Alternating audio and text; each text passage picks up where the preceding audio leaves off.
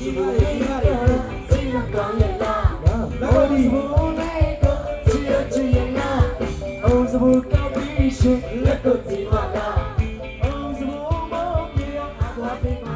ြန်မာစက်တပင်တစ်ခေတ်ပြန်ဆန်းလာအောင်လုပ်ပြနိုင်တဲ့အောင်စဘူးရဲ့ဆန်းကတော့တကယ်ကိုကြောက်စရာကောင်းလောက်အောင်ပါပဲနော်မြန်မာစက်တပင်တပံပြန်လဲနိုးကြလောက်အောင်ဆွမ်းဆောင်နိုင်တဲ့တပင်ပါရမီရှင်လေးလို့တောင်မှတင်စားထိုက်ပါတယ်ပွဲဒီဆိုလို့ရှိရင်လည်းနေညမပြတ်အချိန်ပြည့်ကပြနေရတယ်လို့ဆိုရှယ်မီဒီယာတစ်ခုမှဆိုရင်လည်းအောင်စဘူးရဲ့အကြောင်းကမပါမဖြစ်ပါပဲရှင်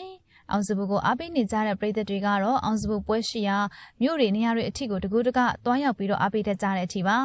အောင်စဘူးရဲ့ပွဲကဘလောက်တောင်လူကြိုက်များလဲဆိုရင်တခါတရံလက်မှတ်ကြေဝယ်လို့မရအောင်ထိပါပဲအောင်စဘူးသွားလျာလိုက်ပါအားပေးကြတဲ့ပရိသတ်တွေထဲမှာတော့ဦးတော်ကိုမညီမလေးအစုံလင်ပါပါတဲ့ရှင်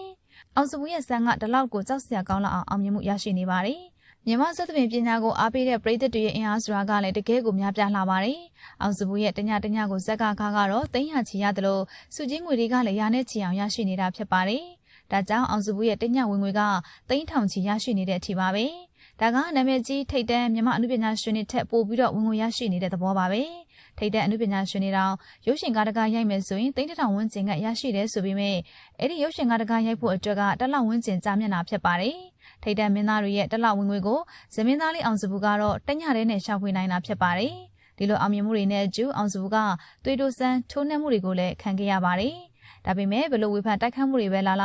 အသက်အရွယ်နဲ့မလိုက်သိခံနိုင်စွမ်းကြောင့်လည်းအခုလိုမျိုးလူချစ်လူခင်ပေါ်များပြီးတော့အောင်မြင်မှုရရှိနေတာဖြစ်ပါလိမ့်မယ်။အခုဆိုရင်တော့ဇက်တပင်လောကမှာသာမကတရုတ်ဆောင်လောကကိုပါအောင်စဘူးအနေနဲ့ချိတ်ဆက်နေပြီဖြစ်ပါတယ်။ရှေ့မှာဆိုရင်လည်းဇမင်းသားလေးဖို့ချစ်စွမ်းစာနီတို့ကလည်းဇက်တပင်သားမကတရုတ်ဆောင်လောကမှာပါအောင်မြင်ခဲ့ကြသူတွေဖြစ်ပါတယ်။အခုလည်းအောင်စဘူးကလည်းစီနီယာကြီးတွေလမ်းဆင်လိုက်ပြီးတော့အောင်မြင်အောင်ကြိုးစားနေပြီဖြစ်ပါတယ်။Channel K ကထော်လွန်တဲ့စားတိုက်ပုံဇလန်တွဲမှာဆိုရင်တော့တရုတ်ဆောင်တစ်တယောက်အနေနဲ့ရှိမနေပဲပြပြင်းစွာနဲ့တရုတ်ဆောင်နေတာကိုတွေ့ရပါတယ်။ဝိုင်းရင်တပိုင်းရင်မင်းသမီးကြီးမြတ်ကေတရားတို့တားညီတို့နဲ့အပြိုင်တရုတ်ဆောင်နိုင်တဲ့စွမ်းရည်ကတော့တကယ်ကိုအမခံလောက်အောင်ပါပဲ။ဒါအပြင်ရွှေနေတီရွှေရုပ်ရှင်ထုတ်လုပ်ရေးကစီစဉ်တဲ့ရုပ်ရှင်စကားကြီးတွေမှာလည်းအောင်စဘူးကိုခေါင်းဆောင်မင်းသားအဖြစ်ပြည်သက်ကြီးတို့ကမြင်တွေ့လာရတော့မှာဖြစ်ပါတယ်။ဒီလိုမျိုးအဖက်ဖက်ကပါရမီပါပြီးတော့အရေးချင်းရှိတဲ့အနုပညာရှင်တယောက်ကိုအားပေးချစ်ခင်ကြတဲ့အောင်စဘူးရဲ့ပြည်သက်တွေအတွက်တော့အကုန်ယူစရာပါပဲရှင်။အောင်စဘူးအနေနဲ့ဒီလိုမျိုးအရန်အောင်မြင်နေတဲ့အချိန်မှာလမ်းမရောက်တက်လို့ပြည်သက်တွေကတော့စိုးရိမ်နေကြပါတယ်။ဒါကြောင့်အောင်စဘူးအနေနဲ့အောင်မြင်မှုကိုယူသားစွာနဲ့ကြာရှည်ထိန်းသိမ်းထားနိုင်မှုအတွက်ကိုလည်း